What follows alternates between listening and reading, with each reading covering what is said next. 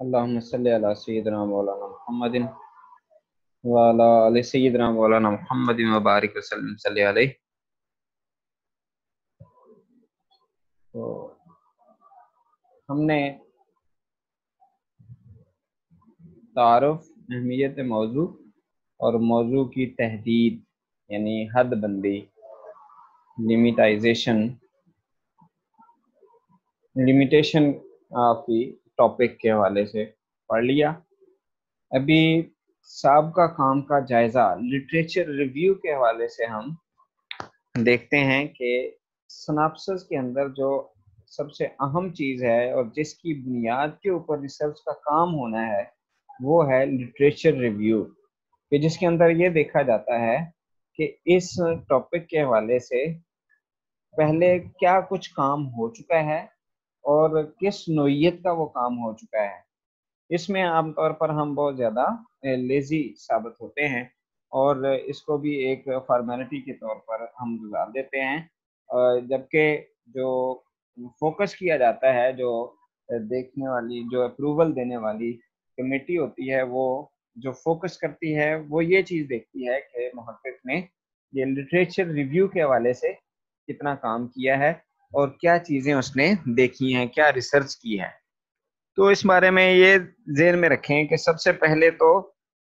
उमूमी से खुसूसी की तरफ जाना है, यानी उस टॉपिक के ऊपर उमूमी तौर पर क्या लिखा गया पहले, और फिर खुसूसी तौर पर जो रेलेवेंट है आपके बिल्कुल टॉपिक के एन मुताबिक वो क्या लिखा गया है। इसमें उमूमी जो काम है, अगर खुसूसी इतना ज़्यादा है कि उसकी ज़रूरत नहीं है तो फिर उमूमी जो काम है उसको छोड़ा भी जा सकता है। जो खुसूसी काम है उसके ऊपर अगर आपके पास मटेरियल बहुत ज़्यादा है तो उसमें से भी सिलेक्टेड जो खालिसतन आपके टॉपिक के हवाले से है उसको लिया जा सकता है। मिसाल के तौर पर उलूमुल हदीस का ही अगर टॉपिक हो तो अगर उसके ऊपर पहले से बहुत सारा काम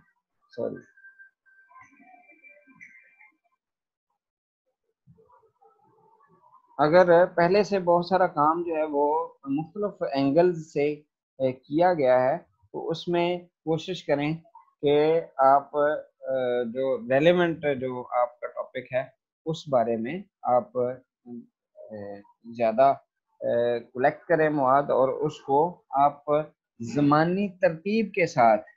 यानी जो काम पहले हुआ है उसको पहले, जो काम बाद में हुआ है उसको बाद में जिक्र करें, और उसको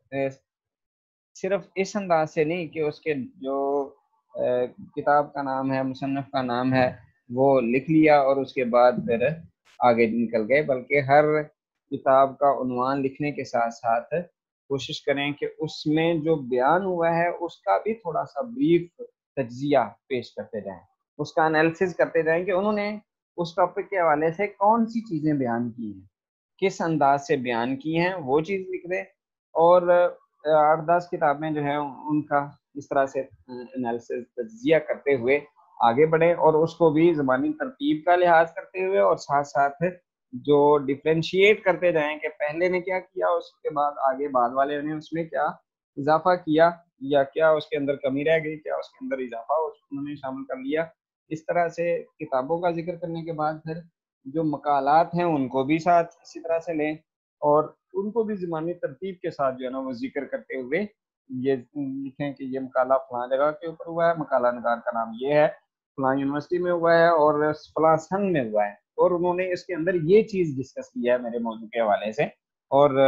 जो चीज़ बाकी है उसको अपने मौजू के साथ अटैच करेंगे, जो चीज़ उन्होंने नहीं बयान की उसको मैंने बयान करना है। उसके बाद फिर जो मुख्तलिफ मकालात लिखे गए हैं आर्टिकल्स की सूरत में उनके ऊपर रिसर्च करें, अखबारी मालूमात जो हैं उनको देखें, वहाँ पर चेक करें कि कौन कौन सी जो है ना वो चीज़ें लिखी गई हैं, और उनको सिलेक्ट करें, उनके अंदर जो चीज़ें बयान हुई हैं उनको, फिर इसी तरह कॉन्फ्रेंसेज उस हवाले से जो हुई हैं, सेमिनार्स हुए हैं, मुज़ाकरे हुए हैं, मुबाहसे हुए हैं, तो उन सारी चीज़ें जो आपसे मौजू से रिलेटेड हैं, जो किसी भी अंदाज के साथ जिनके ऊपर बात हुई है, उनको आप तरतीब के साथ जिक्र करते चले जाएं और साथ साथ तज्जिया भी उसके ऊपर करते जाएं। اور ساتھ یہ دیکھیں کہ try to get it linked with your own topic, اپنے ٹاپک کے ساتھ آپ نے اس کو ایٹ دی اینڈ اٹیچ کرنا ہے، اور وہاں پر دیکھنا ہے کہ آپ کا جو ٹاپک ہے وہ کون سی گیپ ہے کہ جس کو یہ فل کر رہا ہے، کون سی چیز جو اس ٹاپک کے حوالے سے تشنا رہ گیا تھا اس کو یہ اب پورا کیا جا رہا ہے۔ اس حوالے سے یہ جو ہے نا وہ ضروری ہے کہ یہ ایک ایسی بنیاد ہوتی ہے کہ جس کی بیس کے اوپر آپ نے اپنا ریسرچ کا کام کرنا ہوتا ہے۔ جو اسٹوڈنٹس، جو اسکالرز اس لٹریچر ریویو کے اوپر فوکس کر کے محنت کر کے اس کو تیار کر لیتے ہیں، وہ بعد میں جو ریسرچ کرتے ہوئے آسانی کے اندر رہتے ہیں، لیکن جو اس کو فارمیلٹی کے طور پر کر کے اور اس کو اپروول لے لیتے ہیں، پھر بعض اوقات انہیں ریسرچ کرتے ہوئے اس کے اندر تبدیلی کرنی پڑتی ہے، اور بعض اوقات موضوع کو بھی جو ہے نا چینج کرنا پڑتا ہے کہ اس کے اوپر جو مٹیریل ہے وہ بعض اوقات نہیں ملتا، یا ملتا ہے تو وہ اس سے ریلیونٹ نہیں ملتا، یا ایسا ملتا ہے کہ وہ بہت زیادہ ہوتا ہے جس کو اسپیسیفائی کرنے کی ضرورت پیش آتی ہے۔ اس وجہ سے اس کے اوپر جو اسٹوڈنٹس محنت کر لیتے ہیں، جو اسکالر توجہ کے ساتھ اس کو سمجھ لیتے ہیں اور محنت سے تیار کرتے ہیں، پھر ان کے لیے آسانی ہوتی ہے، چونکہ یہ ایک گائیڈ لائن ہوتی ہے، ایک یہ شاہراہ ہوتی ہے جس کے اوپر چل کر ایک ریسرچر جو ہے وہ اپنی منزل تک پہنچ جاتا ہے اور ریسرچ کر کے کامیاب ہو جاتا ہے۔ اور جو اس کو صحیح ڈیفائن نہیں کر پاتا، صحیح اس کی لائن آف ایکشن وہ اس کی سیدھی نہیں ہوتی، تو وہ پھر بعد میں درمیان میں رہتا ہے، اپنی منزل مقصود تک نہیں پہنچ پاتا ہے۔ اس لیے اس کا ہونا ضروری ہے اور اس کے اوپر فوکس کرنا ضروری ہے۔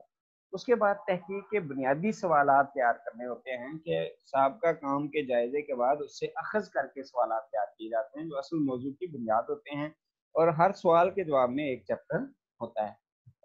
جو بھی آپ نے چیپٹر بنانے ہیں اس کا ایک ایک سوال جو ہے نا وہ بن جائے گا، لیکن اس میں یہ بات ذہن میں رکھنی ہے کہ the question should require detailed answer۔ ایسا نہیں کہ ایسا کویشچن بنا لیں کہ جس کا جو آنسر ہے وہ یس اور نو کی صورت میں دیا جا سکے، ایسا نہیں، بلکہ اس طرح سے کویشچن بنانے ہیں کہ اس کا جو جواب ہے وہ تفصیل طلب ہو۔ مثال کے طور پر ایک سوال یہ بھی بن سکتا ہے اس موضوع کے حوالے سے جس کا ابھی ہم نے ذکر کیا کہ نسخ فی الحدیث میں امام شافعی نے کون سا منہج اختیار کیا ہے، اور یہ بھی ایک سوال بن سکتا ہے کہ کیا امام شافعی رحمۃ اللہ علیہ نے نسخ فی الحدیث کے منہج کو اختیار کیا ہے، تو اس کا جو جواب ہے وہ یس نو میں ہے۔ ایسا سوال ریسرچ کویشچن کے طور پر نہیں دیا جا سکتا، بلکہ ایسا سوال ہونا چاہیے کہ جس کی جو ڈیمانڈ کرتا ہو تفصیل کو، جو تفصیل کو ڈیمانڈ کرتا ہو اور جس کی ڈیٹیل جو ہے وہ دی جا سکتی ہو۔ اور اسی طرح سے کہا جاتا ہے کہ جو ہر کویشچن ہے ریسرچ کویشچن اس کے اگینسٹ ایک چیپٹر اس کے جواب کے طور پر ہوتا ہے۔ تو یہ ریسرچ کویشچن وہ بنیادی مسئلہ ہوتا ہے، ریسرچ پرابلم ہوتی ہے کہ جس کی وجہ سے تحقیق کی جاتی ہے اور اس کو حل کیا جاتا ہے۔ تو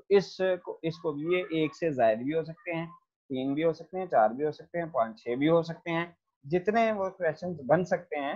تو وہ ریسرچ کویشچن تحقیق کے بنیادی سوالات بنانے چاہیے، اور وہ سوالات ہوں گے جو سابقہ جائزے کے نتیجے کے اندر آگے آنے والے جس مسئلے کو حل کیا جا رہا ہے یا جو نئی تحقیق کی جا رہی ہے اس پس منظر کو سامنے رکھتے ہوئے بنائے جائیں گے۔ اس کے بعد پھر آبجیکٹیوز آف ریسرچ ہیں کہ جو آپ تحقیق کر رہے ہیں اس کے کیا مقاصد ہیں، کیا اس کے جو ہے نا وہ آپ نے مقاصد رکھے ہیں، آبجیکٹیوز کیا ہیں۔ تو جیسے کہ یہ اس موضوع کے جو ہے نا وہ چند ایک مقاصد لکھے گئے ہیں کہ نسخ کے اصول سے آگاہی پیدا کرنا، امام شافعی رحمۃ اللہ علیہ کے منہج کو واضح کرنا، اختلاف امت کو کم کرنے کی کوشش کرنا، وغیرہ وغیرہ۔ یعنی یہ تقریباً جو سوالات ہوتے ہیں ان کے ممکنہ جو جواب ہیں انہی کو سامنے رکھتے ہوئے یہ مقاصد طے کیے جاتے ہیں کہ اس سے کون کون سے مقاصد ہم نے حاصل کرنے ہیں، یہ جو تحقیق ہم کرنے جا رہے ہیں اس کے کیا آبجیکٹیوز ہم نے طے کرنے ہیں۔ یہ بھی پوائنٹس کی شکل کے اندر اس انداز سے لکھے جاتے ہیں کہ جو مصدریہ انداز کے اندر ہوتے ہیں۔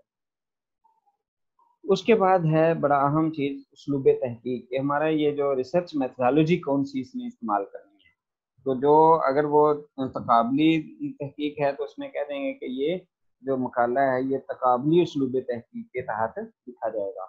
اور اگر وہ بیانیہ تجزیاتی ہے تو اس میں یہ لکھ دیا جائے گا کہ اس میں بیانیہ اور تجزیاتی اسلوب تحقیق तैयार किया जाएगा कि जो हकायक हैं उनको जिक्र करके उनका तज़किया किया जाएगा और उनके नताइज पर लिखे जाएंगे। फिर इसी तरह इसमें यह भी लिखा जाएगा कि आयात की तफसीर किस तफसीर के तहत की जाएगी, अहादीस की वजाहत किन उसूलों के तहत की जाएगी, अगर सीरत का कोई वाक़या है तो उसकी वजाहत किस उसूल के तहत होगी, तर्जमा के लिए कौन सा जो तर्जमा है कुरान उसको तरजीह दी जाएगी या उसको इस्तेमाल किया जाएगा, फिर हवाला जात देने का तरीक़ाकार क्या होगा, फुट नोट के तौर पर होंगे या एंड नोट के तौर पर होंगे, इस चीज़ को देखा जाएगा। फिर उसके साथ साथ में माखज़ व मराजे की जो माखज़ व मराजे जो इस्तेमाल करने हैं उसका बयान होगा कि सेकेंडरी सोर्स यूज़ करेंगे या अव्वलीन माखज़ को इस्तेमाल किया जाएगा। इस सारी चीज़ों को इसके अंदर कम्प्रीहेंसिवली बयान किया जाएगा कि कौन सा तरीका तहकीक इसके अंदर हमने इस्तेमाल करना है। ये सारी चीज़ें जो है ना वो उसलूब तहकीक के अंदर आएंगी और आखिर में हम अबवाब बंदी करेंगे। उसके अंदर ये चीज़ देखनी है कि तवाज़ुन हो अबवाब में, फसूल में, कि एक बाब में ये ना हो कि एक फसल हो और दूसरे बाब में 3 फसलें हो, तो तीसरे चैप्टर के अंदर जो है ना वो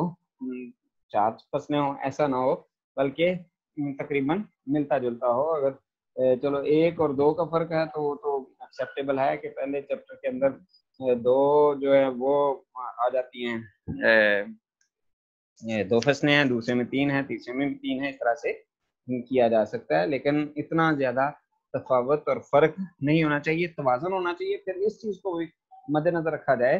कि असल मौजू को जो है ना वो ज़्यादा स्पेस दी जाए और जो मुतल्लक़ात हैं उनको कम स्पेस दी जाए। ये ना हो कि जो मुतल्लक़ा चीज़ें हैं यानी जो इज़ाफ़ी मालूमात हैं, मुसन्नफ़ का जो तारफ़ है या किताब का तारफ़ है, वो उसके ऊपर जो है ना वो कई सफ़हात या 2 अबवाब लिख दिए जाएँ और असल जो मौजू है उसके ऊपर एक जो है वो एक लिखा जाए, बाब एक चैप्टर लिख लिया जाए। इस चीज़ को भी मद्देनज़र रखना चाहिए। तो इसके बाद फिर आखिर में जो फ़हरिस्त मसादिर व मराजे है उसको लिख दिया जाए। तो इसके बाद every student every scholar will prepare a synopsis and submit, ये आपका होम टास्क है। अल्लाह ताला हमारे इस काम को कबूल व मंजूर फरमाए और आपने इसको मेहनत के साथ तैयार करना है। जी मान अल्लाह।